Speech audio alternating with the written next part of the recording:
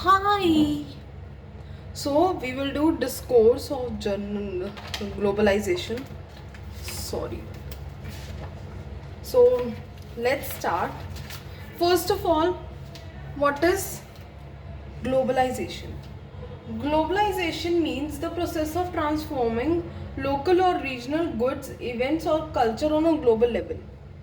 एक चीज़ को नेटिव चीज़ को ग्लोबल ले जाना इज ग्लोबलाइजेशन.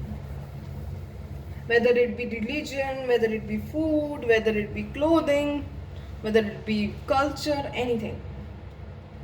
आजकल क्या हुआ है, ग्लोबलाइजेशन ने बहुत कंपटीशन कर दिया है वर्ल्ड में. एंड आजकल अगर एक जगह पे कुछ भी हो रहा है वो ग्लोबलाइज बहुत जल्दी हो सकता है. अब जो डिस्कोर्स थ्योरी है, अब उसके हिसाब से globalisation tries to pull the old meaning of elements and science and submit in new form of life and tries to give it special meaning. मतलब ये था, इसका मीनिंग ये है. ग्लोबलाइजेशन के प्रोसेस में ये ट्रांसफॉर्म हो गया एंड इसने एक नया मीनिंग दे दिया. अब आजकल जो डेवलप्ड कंट्रीज होती हैं जिसके पास एडवांस कम्युनिकेशन इंडस्ट्रीज वो सब होती हैं, वो पॉलिसी बनाते हैं of new discourse and guidance देते हैं कि ये चीज़ कैसे हो सकती है. There are many discourses which are rivals.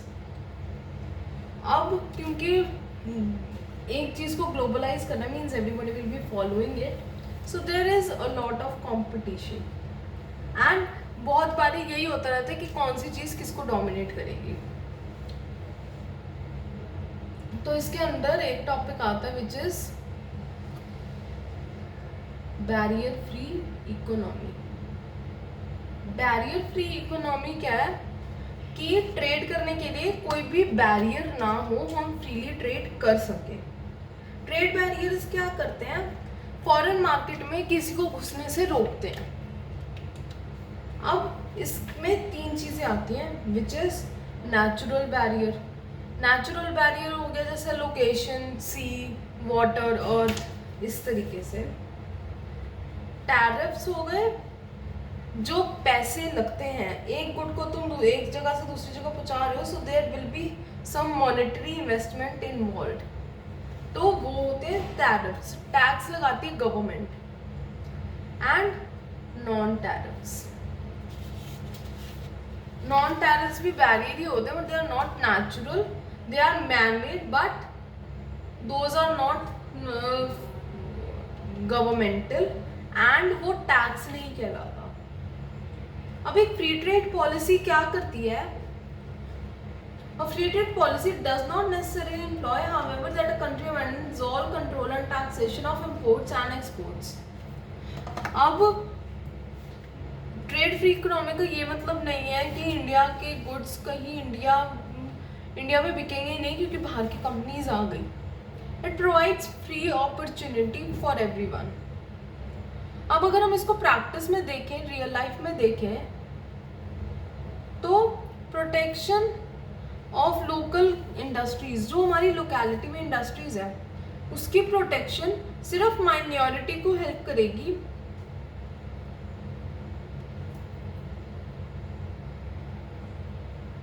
ठीक है, मेजॉरिटी को हेल्प नहीं करेगी. और माइनॉरिटी में कौन इंक्लूडेड होंगे, बड़े बड़े लोग. तो उस वजह से ये बाकी सबके लिए एक बहुत बड़ा डिसएडवांटेज होगा.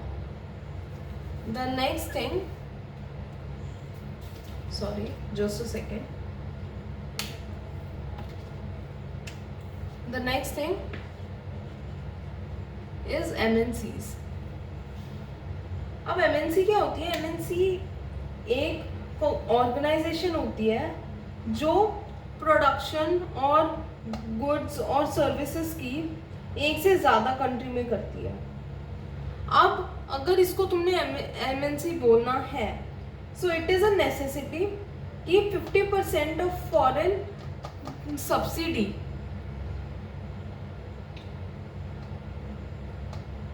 However, a firm that owns and controls 51% of a foreign subsidy also controls the production in at least one of the other country and therefore also meet the criteria. अगर तुम्हारा रेवेन्यू 51% कहीं और से आ रहा है except your native country, so you are an MNC. अब इसमें नेक्स्ट चीज जो हम अंदर करते हैं वो है technology, technological development.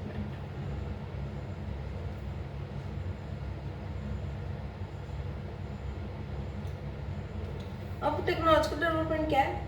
Increase in technology across the globe, कि टेक्नोलॉजी कितनी बढ़ रही है, कैसे बढ़ रही है एंड एवरीथिंग. अब जो फ्री ट्रेड अग्रीमेंट्स बनते हैं वो टेक्नोलॉजी के लिए भी बनते हैं कि टेक्नोलॉजी तुम सेल कर सकते हो, बाय कर सकते हो एंड एवरीथिंग. अब ये क्या करता है? ये ना स्पीड अप कर देता है प्रोसेस कल्चर का, इकोनॉमी का, कि उसको ग्लोबलाइज हम इजीली कर सके. बट जो रिसर्चर्स हैं जो इसको एनालाइज करते हैं वो ये नहीं, वो कहते हैं कि इसका एक पॉजिटिव इफेक्ट भी एक नेगेटिव इफेक्ट भी है and the correct effect might not be seen. तो अभी ये प्रॉब्लम आ रही है थोड़ी सी कि पॉजिटिव्स भी हैं नेगेटिव्स भी हैं. अभी पॉजिटिव्स ज़्यादा हैं तो ये हो रहा है, बट अगर ये हम ज़्यादा यूज़ करेंगे टेक्नोलॉजी या नो तो इसके साइड इफेक्ट्स भी बढ़ जाएंगे. So the next thing which we will do, digital divide. Now what is digital divide? ये एक टर्म है जो ये बताती है कि इंफॉर्मेशन का एंड टेक्नोलॉजी का, जो हमारी ICTs हैं, इंफॉर्मेशन एंड कम्युनिकेशन टेक्नोलॉजीज, वो अनइवन तरीके से बढ़ती हुई हैं. कि जो इंडस्ट्रियलाइज हैं और डेवलप्ड हैं उनके पास ज़्यादा है, जो इकोनॉमिकली और या सोशली बहुत अच्छी पोजीशन पे है उनके पास है, एंड जो पॉलिटिकली बहुत अच्छे हैं उनकी भी ये चीज़ होती है. तो इन सब के पास ज़्यादा है एंड बाकियों के पास कम है. Digital divide refers to the gap between people who have access to the internet and those who have not.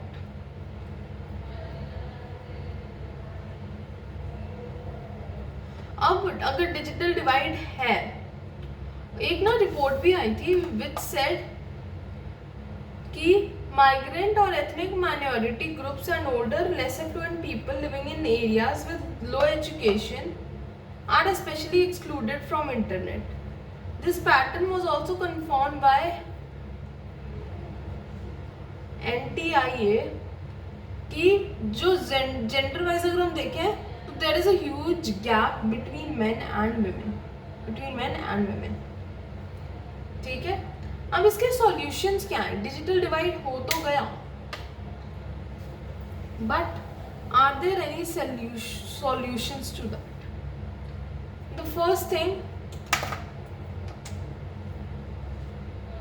Wait a second, I think board थोड़ा सा हिल गया है. I will just adjust it a bit. Okay. So the very first thing is government can create a policy, या फिर जैसे हर social problem के लिए NGOs हैं, इस सोशल प्रॉब्लम के लिए भी NGOs खड़े हो सकते हैं. एक और चीज कर सकते हैं कि you can run programmes, community run programmes, जिसमें लोगों को अवेयरनेस दी जा रही है, बताया जा रहा है what is it, how you can use it. ठीक है. इंटरनेट को और एक्सेसिबल बना दे गवर्नमेंट, प्राइस लोअर करके, कुछ भी करके. ठीक है. एंड कम्युनिटीज को मौका दें एंगेज करने का, बात करने का एक सोशल सेटिंग में. Providing laptops and providing things which can help everyone connect with each other. तो ये सारी कुछ चीज़ें हैं जिससे डिजिटल डिवाइड खत्म हो सकता है. Now this is mostly in the hands of government and not in the hands of people. So the next thing is 9/11 and उसके media implications. So before I go on to this, 9/11 was an attack that happened on USA by terrorists. ठीक है. 9 represents the month, 11 represents the date. पानी P low, we'll continue.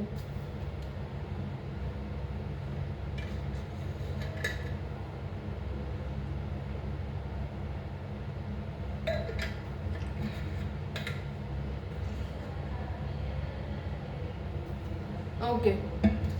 So I hope you all are back. And अगर नहीं है तो please video पीछे कर लेना. I will tell you what is going on.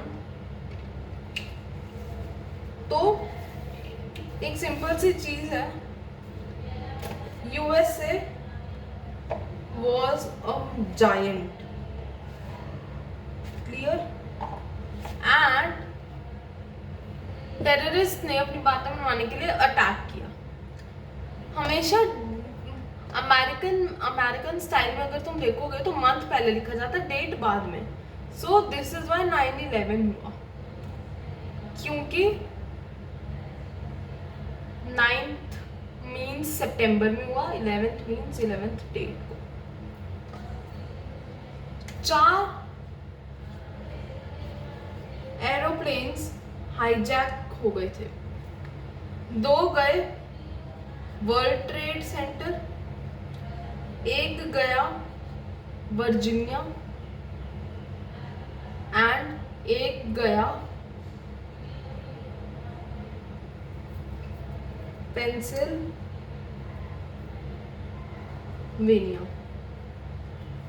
ठीक है.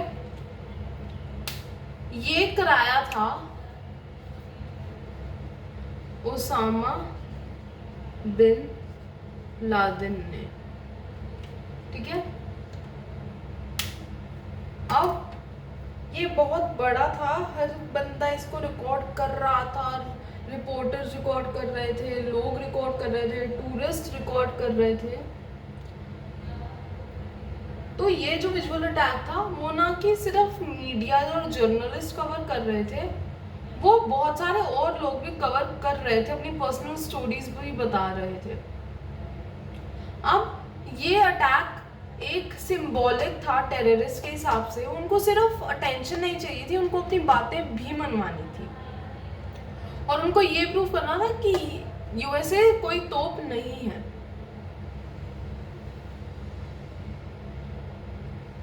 तो जब ये अटैक हुआ लेटर ऑन, क्योंकि Osama bin Laden is a Muslim, तो जो भी अरब्स एंड मुस्लिम्स थे उन सबके खिलाफ बहुत ज़्यादा डिस्क्रिमिनेशन शुरू हो गया. तो इसी के चलते, क्योंकि जब ऐसा होता है तो अथॉरिटीज़ के, सेलिब्रिटीज़ के, बहुत सारे लोगों के कोट्स लिए जाते हैं. तो एक ऐसा ही quote Pearl harbour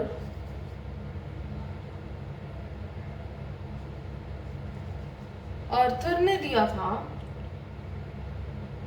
and they said we create the world through our perception and seek to maintain area with the world in a manner consistent with our beliefs. It is through a such symbolic construction that we provide with usable framework for shaping our memories and organizing them. ये हमने media and cultural studies में भी effect cover किया था कि हम कोई information लेते हैं, कैसे बिहेव करते हैं. Everything is about our experiences and if this situation has occurred it is because ये हमने ही किया है. इन वन सेंस हेटरेट फैला के, बहुत सारी ऐसी चीज़ें करके. अब इसके इफेक्ट क्या पड़े कि मीडिया ने कवर किया, that was the one effect of media.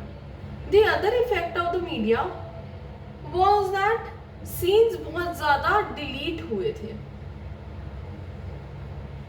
ठीक है, जो भी वर्ल्ड ट्रेड सेंटर को वर्जीनिया, पेंसिल्वेनिया वगैरह ऐसी जगहें कवर कर रहे थे जहाँ पे बहुत ज़्यादा इफेक्ट पड़ा था, ऐसी चीज़ें रिमूव हो रही थी क्योंकि लोगों के अंदर एक ट्रॉमा था कि ऐसा हो जाएगा, ऐसा हो सकता है, एंड थिंग्स लाइक दैट.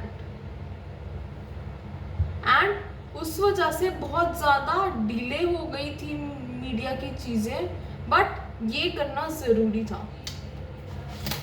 अब इसी बीच में one more person comes up and filmmakers वगैरह कहने लगे that you should not do it. तुम्हें ये scenes नहीं हटाने चाहिए because world trade centre and Virginia, Pennsylvania में जिन जगह पे अटैक हुआ, those were historic pieces. उनका एक बहुत बड़ा मतलब था. Removing it will not remove it from our heart and the trauma will remain. And removing it means कि आप कह रहे हो that it does not matter that if it is there or if it is not there, हम सीधा हटा देते हैं. And it is not like that. 9/11 shifted the political climate and brought public's attention to Muslims. सारा blame Muslims पे कर दिया गया था. बहुत सारे स्लोगन्स चले थे, ब्रांड कवरेज हुई थी इसी 9/11 के टेररिज्म अटैक पे, एंड यूएस गवर्नमेंट ने रिस्पॉन्स भी दिया था.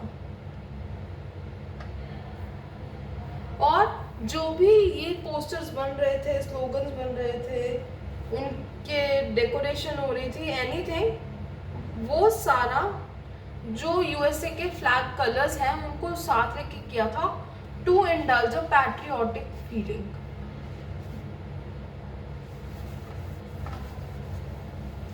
Okay, so the next thing which we will do is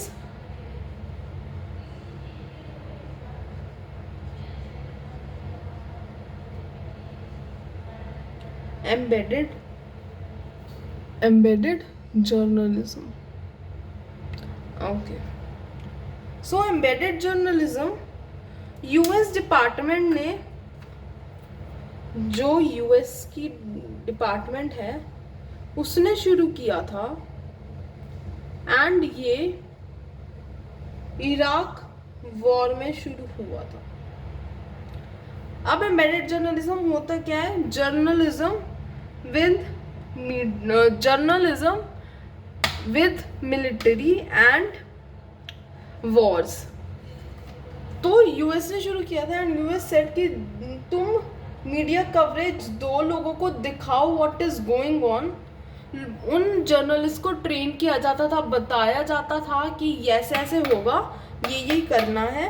and बहुत जो पास होते थे एंड जिनको बहुत सही अच्छे से माना जाता था, वो ही इन टर्न जा पाते थे. बहुत गिने चुने लोग होते थे. ठीक है, तो डिपार्टमेंट ऑफ डिफेंस ने जर्नलिस्ट को ये अपॉर्चुनिटी दी थी कि वो कैंप ट्रेनिंग करें, ग्राउंड रूल्स एक्सेप्ट करें, and then they can do a media coverage. कुछ लोग ऐसे रिपोर्टर्स होते थे जो सिर्फ ब्रीफिंग करते थे, कुछ अंदर की भी चीज़ें दिखाते थे. ये मेनली इसलिए किया गया ताकि एक फीलिंग जाके उनको पता चले कि व्हाट इज गोइंग ऑन, कितनी महामारी चल रही है, and why our country needs to be protected and why USA is doing this. तो वीडियो फुटेज, क्योंकि वीडियो फुटेज चलती थी, बहुत ज़्यादा होता था, तो क्या हुआ बाद में, वीडियो फुटेज सारी अटैक की एक वेबसाइट पे पब्लिश हो गई थी 2010 में. एंड जब ये वीडियोस पब्लिश हुई, क्योंकि जब न्यूज़ में दिखाते थे तो वो एडिटेड होती थी, अनएडिटेड जब उन्होंने पब्लिश की तो यूएस गवर्नमेंट पे सवाल उठे कि उनके ग्राउंड रूल्स, उनके जो भी सिचुएशन थी वो कहीं उनके ही एक्शंस की वजह से तो खराब नहीं होगी कि बोला कुछ और था, कर कुछ और दिया, फॉलो ऑर्डर्स किए नहीं, and things like that.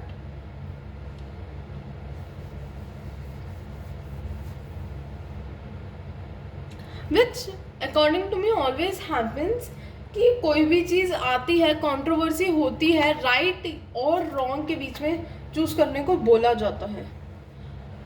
Anyways, the next thing is gulf war and CNN.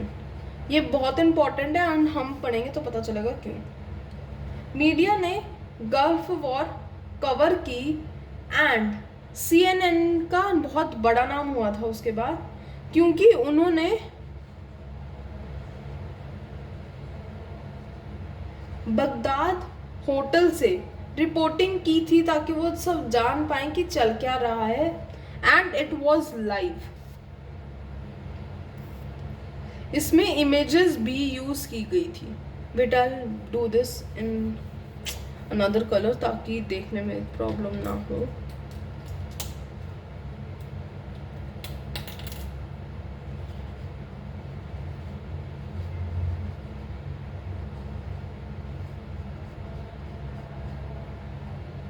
ठीक है.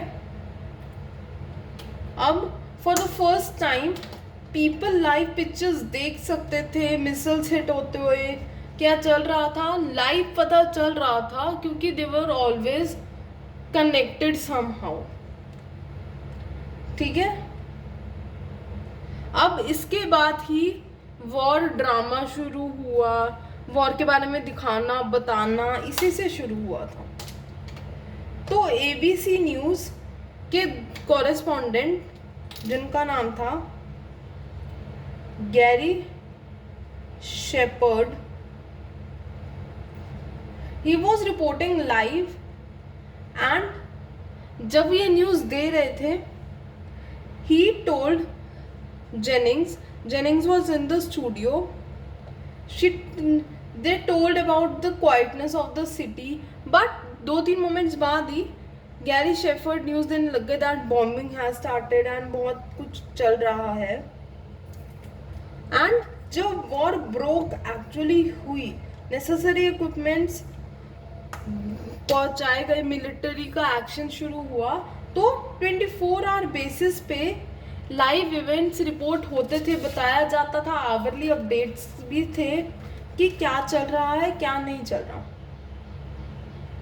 अब उन दिनों में CNN की जो टीम थी वो रेडियो के थ्रू, जो इन्होंने बगदाद होटल में लगा रखा था, उसके थ्रू भी ये बताते थे कि क्या चल रहा है. बट कोई और नेटवर्क ऐसा नहीं कर पाया. CNN का नेटवर्क बहुत बड़ा था तो इसलिए ये कर पाए. अब अगर हम ब्रिटेन में क्या हुआ कि BCC उसने FM पोर्शन जो था 18 आवर रोलिंग फॉर्मेट में कन्वर्ट कर दिया एंड उनका जो रेडियो प्रोग्राम था उसको न्यूज़ में बता दिया and all the updates were given. अब इसमें 2 जर्नलिस्ट का नाम आता है विच इज़ वेरी इंपॉर्टेंट.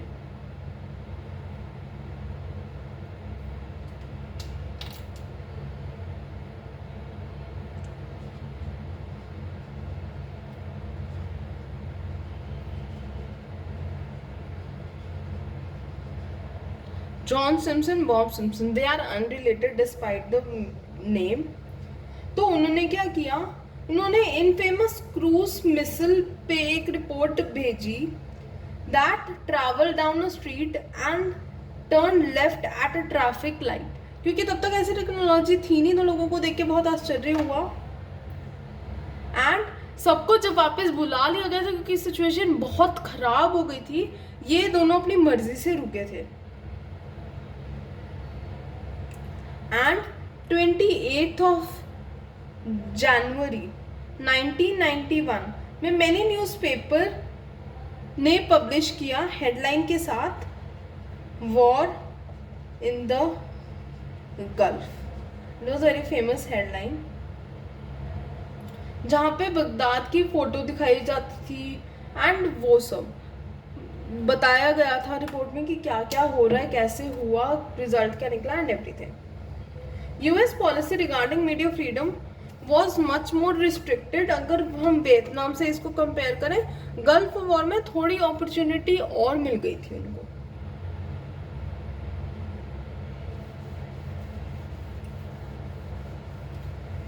अब alternative media outlets provided views in opposition to the Gulf war.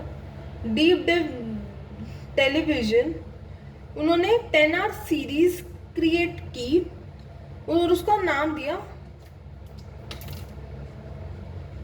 The gulf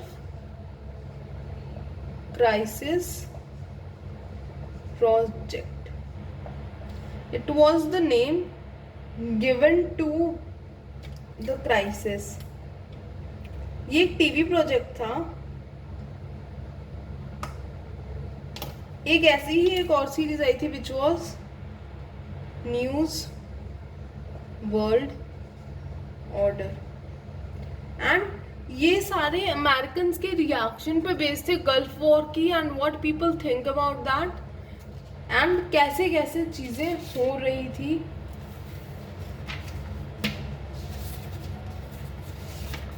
तो now the next thing which we will do is, I hope ये टेढ़ा नहीं है, okay, we will do cultural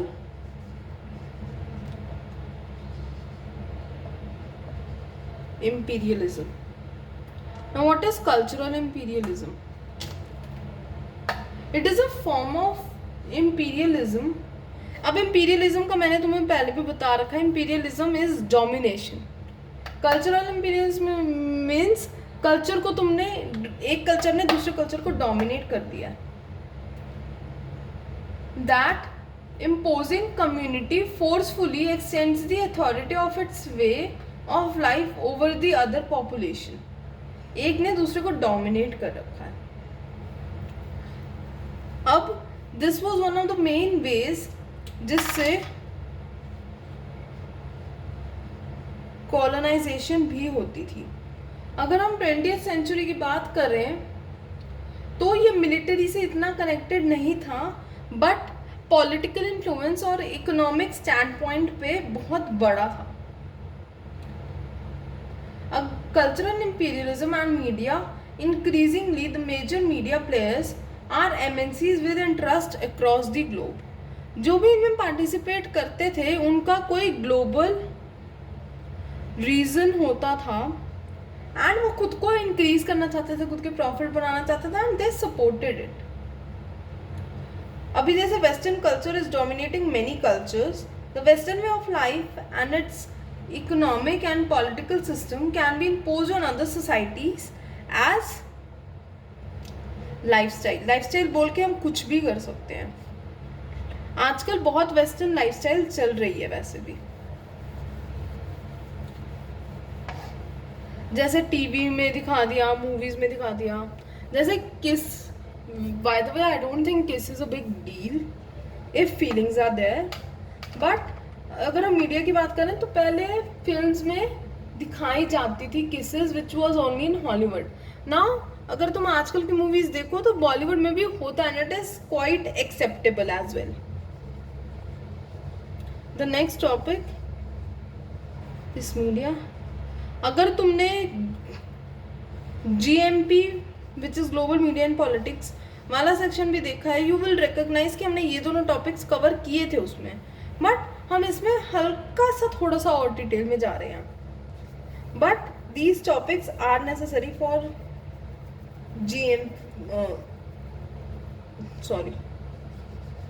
ये GMP चल रहा है, I was talking about MCS, I am very sorry. So what is media hegemony? Media hegemony is dominating influence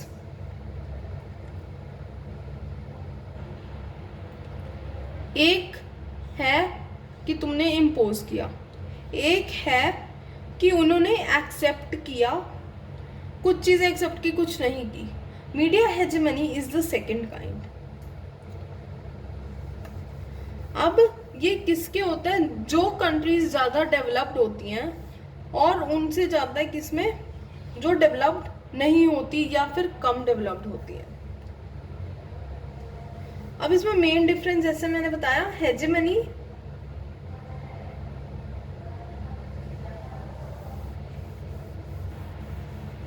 और imperialism के बीच में। अब the last topic is local adaptation. I knew मैं कह रही थी कि ये 4 to 6 वीडियोस में जा सकता है, but it will end in 3 videos only. इसमें नोट्स में बहुत ज़्यादा लिखा हुआ है and notes are very very very detailed, but prepare करने के लिए you don't need that much of detail. तो I thought it might take a lot of time, but it did not and I am glad it did not, क्योंकि ये इतना मुश्किल तो नहीं कहूँगी मैं, बट कॉन्सेंट्रेशन वाला है that you might need to watch these videos only 1 to 2 times, 2-3 बार देखनी पड़ सकती है। तो या टेलीविज़न बहुत ज़्यादा बढ़ गया था एंटरटेनमेंट के लिए, लिटरली हर चीज़ के लिए यूज़ होता था। एंड फिर टीवी पे जैसे जैसे इम्पीरियलिज्म और हेजेमनी आ रहे थे, नया कल्चर इंट्रोड्यूस हो रहा था, तो नए शोज भी उस कल्चर के अडाप्ट करने शुरू हो गए थे। इसमें हम 2 मेन की बात करेंगे, which is big boss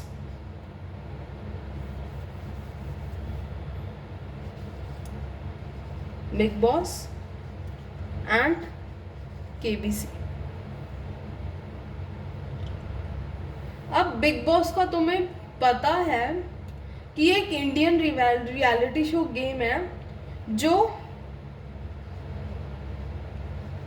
Andy mall shine ने प्रोड्यूस किया था। ये आजकल डिज्नी पे भी आता है, वूट पे भी आता है, डिफरेंट OTT प्लेटफॉर्म्स पे आता है। ये आज तक 7 लैंग्वेजेस में बन चुका है एंड ये डच एंड ब्रिटिश का इंडियन वर्जन है, जहाँ पे celebrities and common people in fact sometimes come together, live in a house, face challenges and see who ends up being the big boss. KBC सबको पता होगा, Amitabh Bachchan host करते हैं कौन बनेगा करोड़पति। ये हिंदी है एंड ये किसका वर्जन है,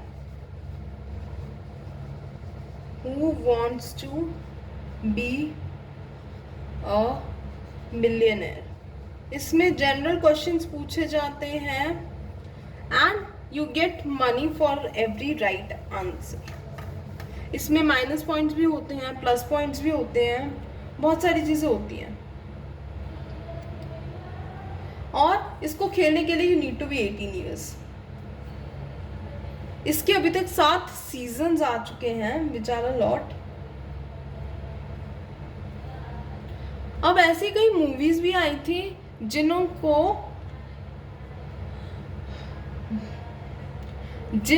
अडैप्ट कर लिया गया, जैसे स्मॉल वंडर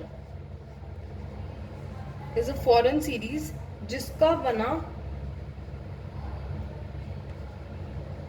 करिश्मा का Karishma, like Karishma as an a name, एक लड़की का जादू। एंड जैसे कि सेंस एंड सेंसिबिलिटी का अडेप्टेशन है कुमकुम भाग्य। तो ये इसलिए पढ़ाया जा रहा है क्योंकि अगर हम ग्लोबली देखें तो हम कनेक्ट कर रहे हैं एंड ताकि लैंग्वेज बैरियर ना बने हम उसको भी एड्रेस कर रहे हैं। So this is done, I hope you enjoyed and yeah, we'll see you soon. And the next thing which we will do, and the last thing, is media ethics and laws. इसमें बहुत सारे case studies भी discuss करूंगी मैं, so please be prepared for that. Not every case study will be important, but to understand the concept it is necessary. So I'll see you soon. Bye.